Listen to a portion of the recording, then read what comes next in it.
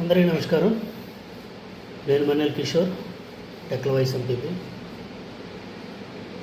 YCP వాళ్ళని ఇరకాటంలో పెడదామని, వైసీపీ మీద బురద జల్లడానికి మన సంపద సృష్టికర్త అయినటువంటి చంద్రబాబు నాయుడు గారు చేసిన నిర్వాకం వల్ల టీడీపీ ఉండగా రాష్ట్రానికి జిందాల్ అనే కంపెనీ పెట్టుబడులు పెట్టదు. అది ఎలాగనేది వివరిస్తాను. ఈరోజు ర్యాండమ్గా ఏదో ఒక న్యూస్ ఛానల్ చూస్తుంటే రఘురామకృష్ణరాజు గారు, త్రిబులార్ అంటారు కదా, ఆయన ఒక టీవీ ఛానల్ యాంకర్ దగ్గర బాధపడుతున్నాడు.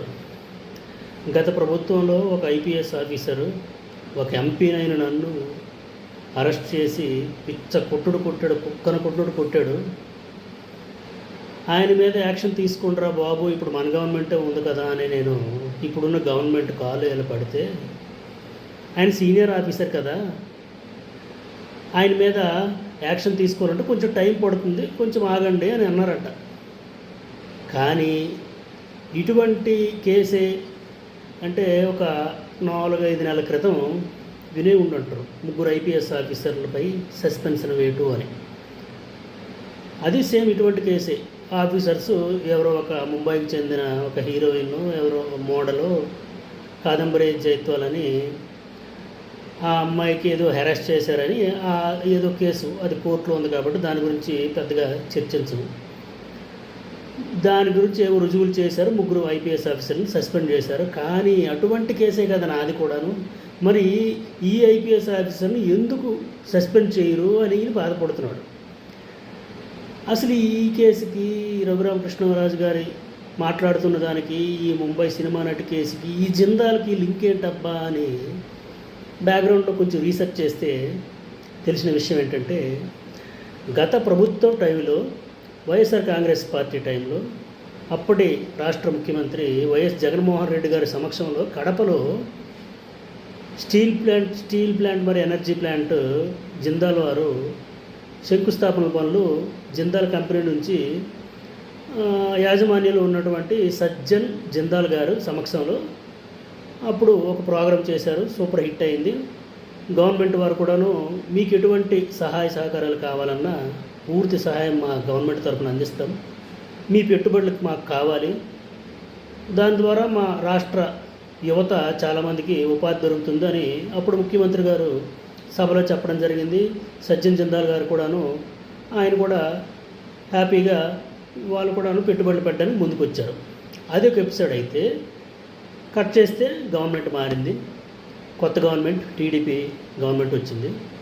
వెంటనే ఆ ముంబై సినిమా నటి టీడీపీ వాళ్ళ దగ్గరికి వెళ్ళి, నేను ఒక ఆడపిల్లని, నాకు అన్యాయం జరిగిపోయింది, గత గవర్నమెంట్లో వైఎస్ఆర్సీపీ వాళ్ళు కొంతమంది పోలీస్ ఆఫీసర్స్ సాయంతో నాకు హెరాస్ చేశారని ఆమె ఏదో చెప్పుకుంది. వెంటనే టీడీపీకి చెందిన పెద్దలందరూ నిర్ణయం తీసుకొని ఈవిడిని పట్టుకొని వైసీపీని బయటికి లాగేద్దాం, వైసీపీ మీద బురద జల్లేద్దామని ఏదో హడావుడి చేశారు. అప్పుడు టీవీ ఛానల్స్లో కూడా చూసుంటారు. జగన్మోహన్ రెడ్డి గారు డైరెక్ట్గా ఆమెకు హెరాస్ చేశారన్నట్టుగా కూడాను పచ్చ మీడియా చాలా న్యూస్లు చెప్పారు.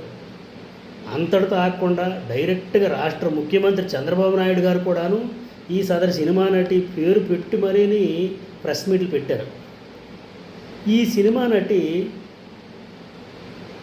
ఏం చేసిందంటే చాలామందికి బ్లాక్మెయిల్ చేయడం, హనీ ట్రాప్ చేయడం చేసేది. దాంట్లో భాగంగా ముంబైలో ఈ సజ్జన్ జిందాల్ గారి మీద కూడా ఏదో రేప్ కేసు పెట్టడం, ఆయన అరెస్ట్ జరగడం, ఏదో పక్క రాష్ట్రంలో జరిగింది ఆ విషయం. మరి అటువంటి ఒక జిందాల్లోని పెద్ద స్థాయిలో ఉన్నటువంటి వ్యక్తికే ఆమె హెరాస్ చేస్తే, ఆ హెరాస్ చేసినటువంటి వ్యక్తికి మనం సపోర్ట్గా ఇక్కడ ప్రెస్ మీట్లు పెట్టి, అసలు మనకు సంబంధం లేదు, మన రాష్ట్రానికి అమ్మాయికి సంబంధమే లేదు.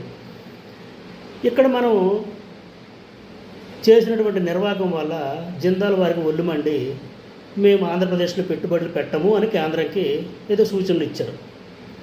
ఒక 2-3 నెలల క్రితం పార్లమెంట్ సమావేశాలు మీరు గమనిస్తే జనసేనకు చెందినటువంటి ఒక ఎంపీ గారు ప్రస్తావించారు ఈ పాయింట్. అయ్యా, కడపలో జిందాల్ వారు స్టీల్ మరియు ఎనర్జీ ప్లాంట్ని అప్పుడు శంకుస్థాపన చేశారు కదా, దాని పరిస్థితి ఏంటి అని అడిగారు. అప్పుడు వెంటనే ఇండస్ట్రీస్ మినిస్ట్రీ వారు ఏం చెప్పారంటే, ఈ విషయంకి మాకు సంబంధం లేదు, అది ఒక ప్రైవేట్ సంస్థ, వాళ్ళతో మీకుండే రిలేషన్షిప్ బట్టి వాళ్ళు పెట్టుబడులు పెడతారా లేదనేది వాళ్ళ ఇష్టం, ఇక్కడ ఆ విషయం గురించి చర్చించి టైం వృధా చేయకండి అని వాళ్ళు సింపుల్గా చెప్పి తప్పించుకున్నారు. దీన్ని బట్టి ఏమర్థమవుతుంది? లేనిపోని మీ రాజకీయ ప్రయోజనాల కోసం ఎదురు పార్టీ మీద ఏదో బురద జల్లే మీరు చేసే ఒక కార్యక్రమం వలన రాష్ట్రానికి సుమారుగా 1,00,000 కోట్లు పైబడి పెట్టుబడులు గాలి పోయి మళ్ళీ వారు ఫ్యూచర్లో వస్తారో రారో కూడా తెలియదు. నాకు తెలిసి టీడీపీ అనే పార్టీ చంద్రబాబు నాయుడు గారు అనే ఒక నాయకుడి సమక్షంలో ఏదైనా కూటమి ప్రభుత్వం లాంటిది ఏది ఉన్నా సరే నాకు తెలిసి జిందాల్ వారు రావడానికి సుముఖత చూపించరు. ఆడపిల్లలకు న్యాయం చేయండి, తప్పులేదు, కానీ వాళ్ళ బ్యాక్గ్రౌండ్ చెక్ చేసుకోవాలి. మన రాష్ట్రంలో చాలా జరుగుతున్నాయి కదా.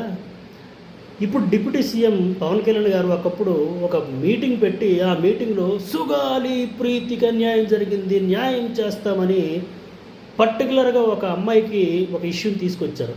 ఆ ఇష్యూ మీద మీరు ఏం స్టాండ్ తీసుకున్నారు, ఏం యాక్షన్ తీసుకున్నారు? అలాగే రీసెంట్ టైమ్స్లో నారాయణ విద్యా సంస్థల్లో చాలామంది అమ్మాయిల బాధితులు ఉన్నారు. వాళ్ళ గురించి మీరు ఏం పట్టించుకుంటున్నారు? మన రాష్ట్రంలో మన ఆడపిల్లలకు జరుగుతున్నటువంటి అన్యాయాలు వదిలేసి పక్క రాష్ట్రంలో ఒక సినిమా నటి వాళ్ళకుండే వ్యవహారాలు అందరం మినిమం నాలెడ్జ్ వాళ్ళకి ఎవరికైనా తెలుస్తాయి. అటువంటి వాళ్ళ గురించి పట్టుకొని ఒక రాష్ట్రానికి రావాల్సిన పెట్టుబడులు మీరు గాలిలో కల్పిస్తారు. అంటే మీరు రాష్ట్ర ప్రయోజనాలు మీరు ఏం ఆలోచిస్తున్నారు? ప్రతి ఒక్క సామాన్యుడు ఈ విషయం గురించి ఆలోచించాలి.